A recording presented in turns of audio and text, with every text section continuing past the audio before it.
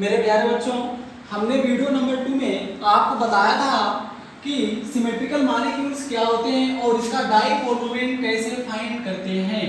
अब बेटा हम पढ़ेंगे वीडियो नंबर 3 डाइपोल मोमेंट को डाइजेस्ट करें। उसमें हम सीखेंगे असममित अणु अनसिमेट्रिकल मॉलिक्यूल्स क्या होते हैं। तो बेटा अनसिमेट्रिकल मॉलिक्यूल्स की बहुत ही सिंपल सी कंडीशन है, आप जरा ध्यान दीजिए। आपने वीडियो नंबर 2 में सीखा था कि सिमेट्रिकल मॉलिक्यूल्स क्या होते हैं, जिनके सेंट्रल एटम पर लोन पेयर 0 होता है और सभी सराउंडिंग एटम क्या होते हैं, सेम होते हैं। अर्थात उसका जस्ट रिवर्स कर दो बेटा। इसमें पहला पॉइंट ऐसे ये लिखना है कि ये ऐसे अणु होते हैं, ये ऐसे अणु होते हैं जो सिमेट्रिकल की कम से कम एक या दोनों कंडीशन फॉलो नहीं करते हैं। आप समझ गए ना। अर्थात इनके सेंट्रल एटम पर लोन पेयर क्या होगा, प्रेजेंट होगा। उसमें सिमेट्रिकल में सेंट्रल एटम पर लोन पेयर क्या था, 0 था। हम फॉर एग्जांपल्स। और दूसरा पॉइंट बेटा, इनका जो म्यू होता है dipole moment not equal to 0 नहीं होता है। That means it is polar. ये बेटा पोलर होते हैं, इनमें पोलैरिटी होती है। फॉर एग्जांपल्स लेते हैं। फॉर एग्जांपल्स बेटा हम लेते हैं अमोनिया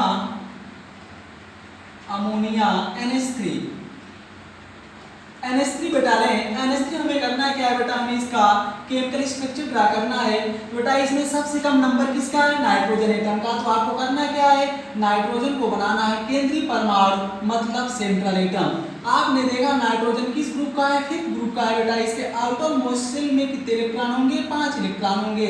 अब बेटा हाइड्रोजन के आउटर में कितने होते हैं, 1 इलेक्ट्रॉन होते हैं, फर्स्ट ग्रुप का है। अब बेटा हाइड्रोजन को कितने इलेक्ट्रॉन चाहिए अपना ऑक्टेट कंप्लीट करने के लिए, 2 इलेक्ट्रॉन चाहिए। डुप्लेट होकर ही अपना ऑक्टेट कंप्लीट करता है। तो बेटा ये एक बॉन्ड बना लिया।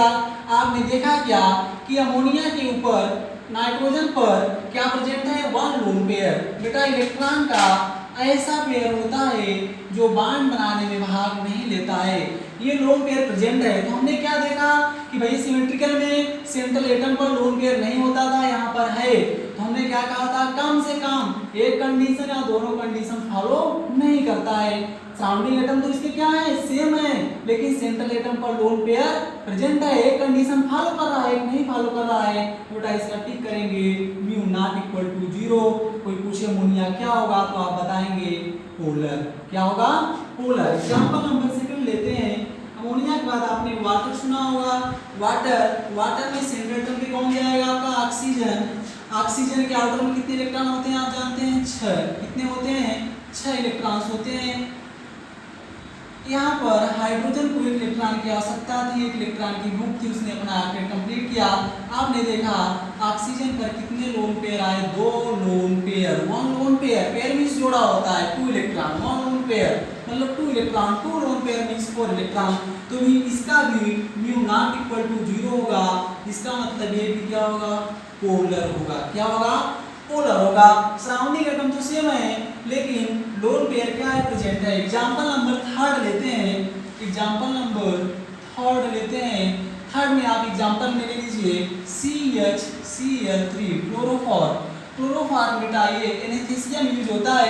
इसमें सबसे कम नंबर किसका है, कार्बन का है, हाइड्रोजन का भी है, लेकिन मेनली जो हम बनाएंगे सेंट्रल एटम 4th ग्रुप का बनाएंगे, हाइड्रोजन प्रेजेंट है साथ में। तो यहाँ पर आप कार्बन की वैलेंसी को 4 करते हुए स्ट्रक्चर ड्रा करिए। जहाँ दिक्कत आए आप केमिकल बॉन्डिंग में जब पढ़ाएंगे तो डिटेल में पूछ लेना बेटा, क्लास 12 की लेक्चर है। तो यहाँ पर आपने क्या देखा कि भैया सेंट्रल एटम पर न तो लोन पेयर है और न तो सराउंडिंग एटम क्या है, सेम है। इसका मतलब सराउंडिंग एटम इसके सेम भी नहीं है, सेंट्रल एटम पर लोन पेयर भी नहीं है। इसका मतलब ये म्यू नॉट इक्वल टू 0, ये भी आपका क्या होगा, पोलर होगा। जल्दी से आप इतना स्क्रीनशॉट ले लीजिए और आगे बढ़ते हैं एग्जांपल नंबर 4 पर। स्क्रीनशॉट आपने ले लिया होगा। एग्जांपल नंबर 4 पे आते हैं। Example number 4 CH2Cl2 dichloromethane. Dichloro, एक कार्बन का रूट वर्ड क्या होता है, मेथ। सभी सिंगल बॉन्ड है तो मीथेन, डाइक्लोरोमीथेन।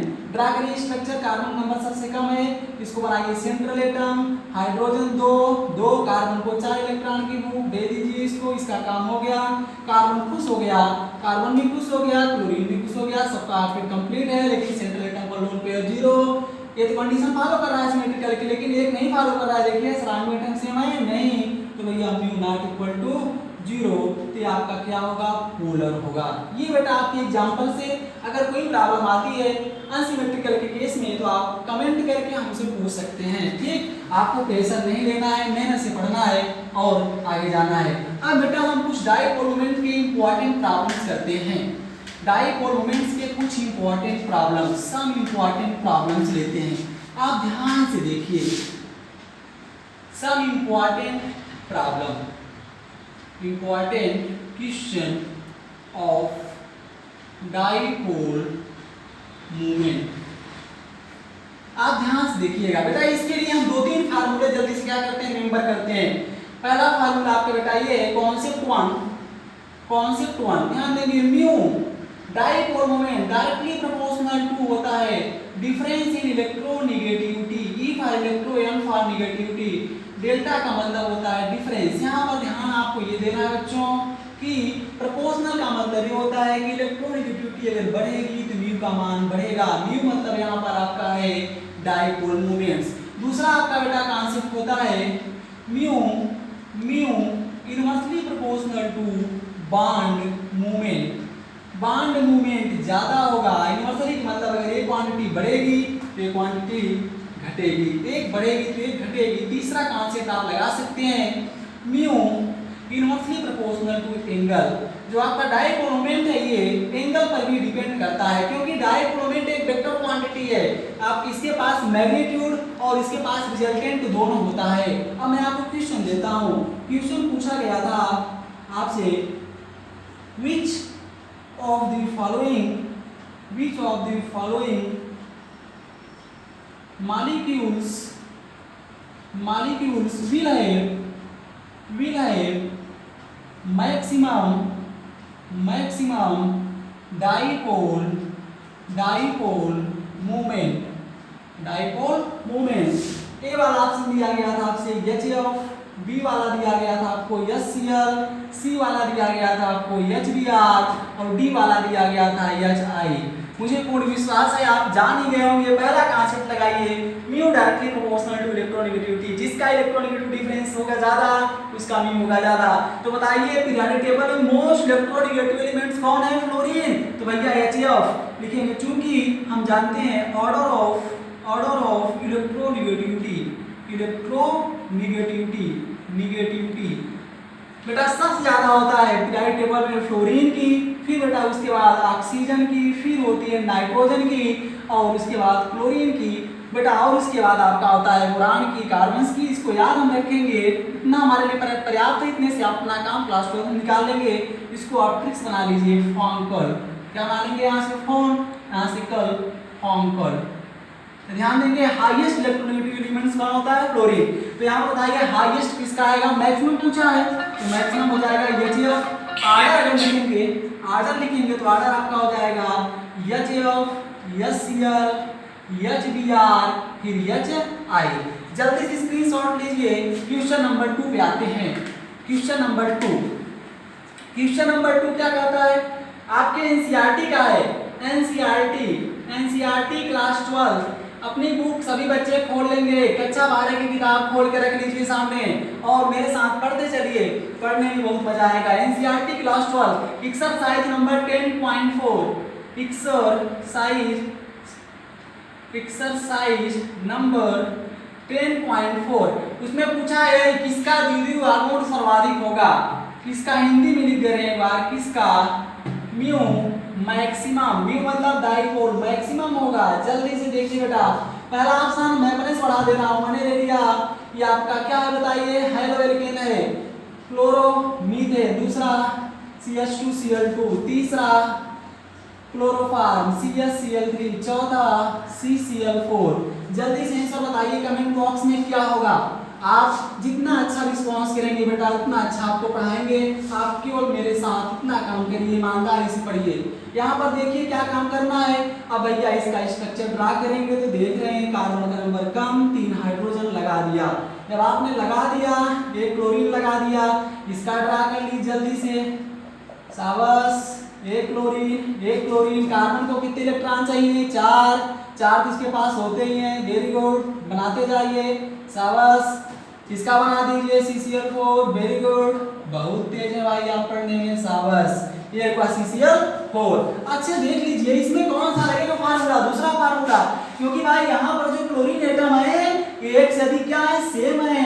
अब इसमें बेटा हम इसे वेक्टर से भी सॉल्व कर सकते हैं, लेकिन आपको सिंपल समझाना है क्योंकि कुछ हट के पढ़ाना है। अब बताइए अभी हमने क्या सिखाया था, कॉन्सेप्ट सिखाया था mu inversely proportional to bond movement.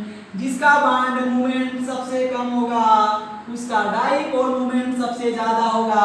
अब यहाँ पर बताइए कितना क्लोरीन है, एक। क्लोरीन मोर इलेक्ट्रोनेगेटिव है, यस, ये कार्बन के 2 इलेक्ट्रॉन खींचेगा। यहाँ कितने खींचने वाले हैं क्लोरीन, 2। यहाँ कितने खींचने वाले हैं क्लोरीन, 3।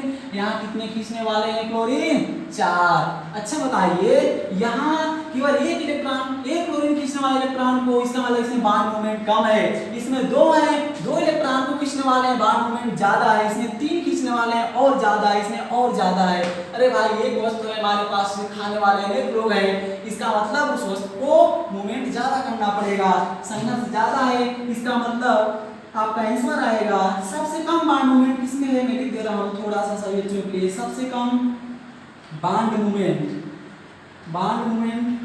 होगा किसका, CH3Cl, क्लोरोमीथेन का। इसलिए इसका म्यू, इसलिए म्यू सबसे ज्यादा होगा। तो आपका ऑर्डर बन गया। तो इसमें पूछा है कि इसका हाईएस्ट होगा तो CH3Cl।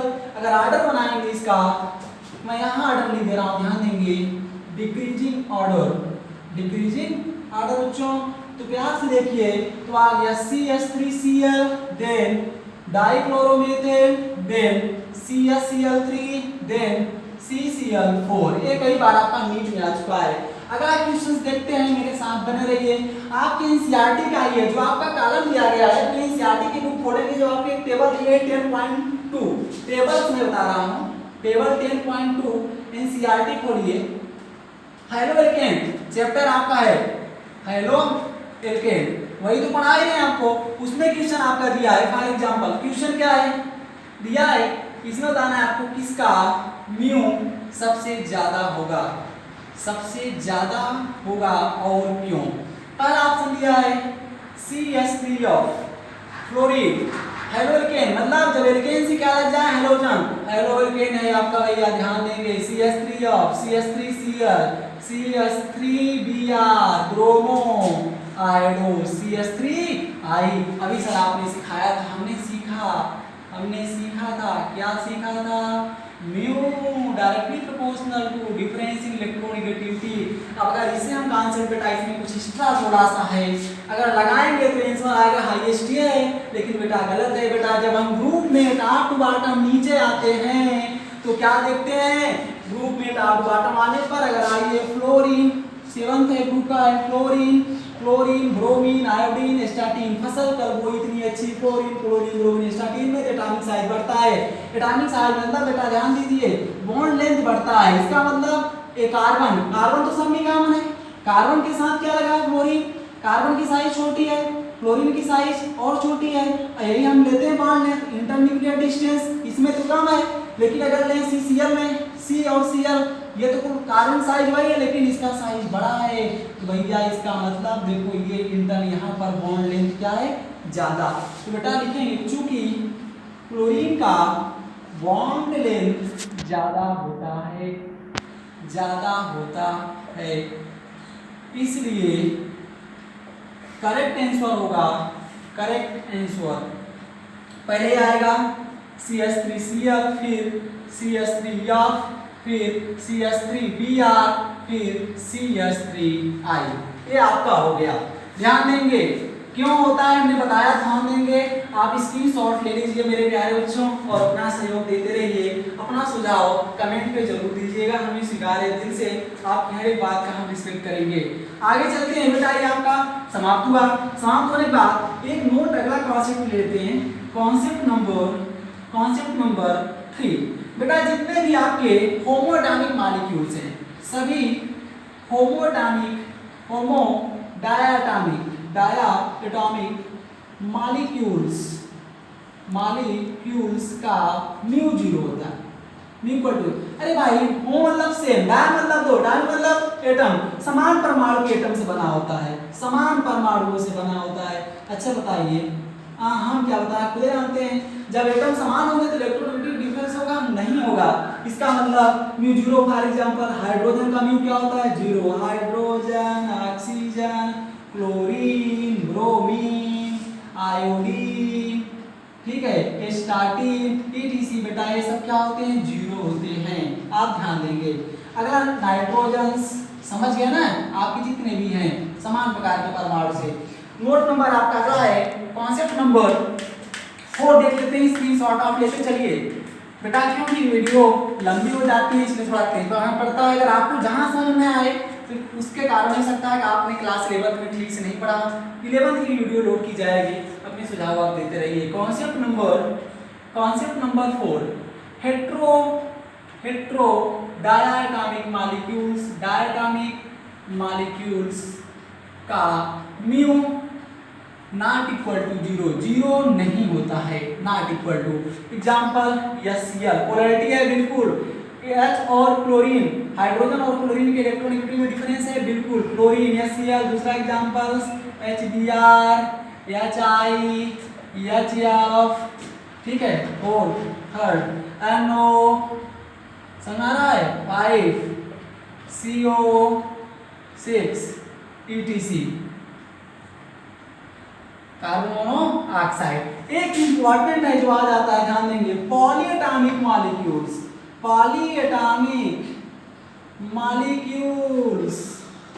का म्यू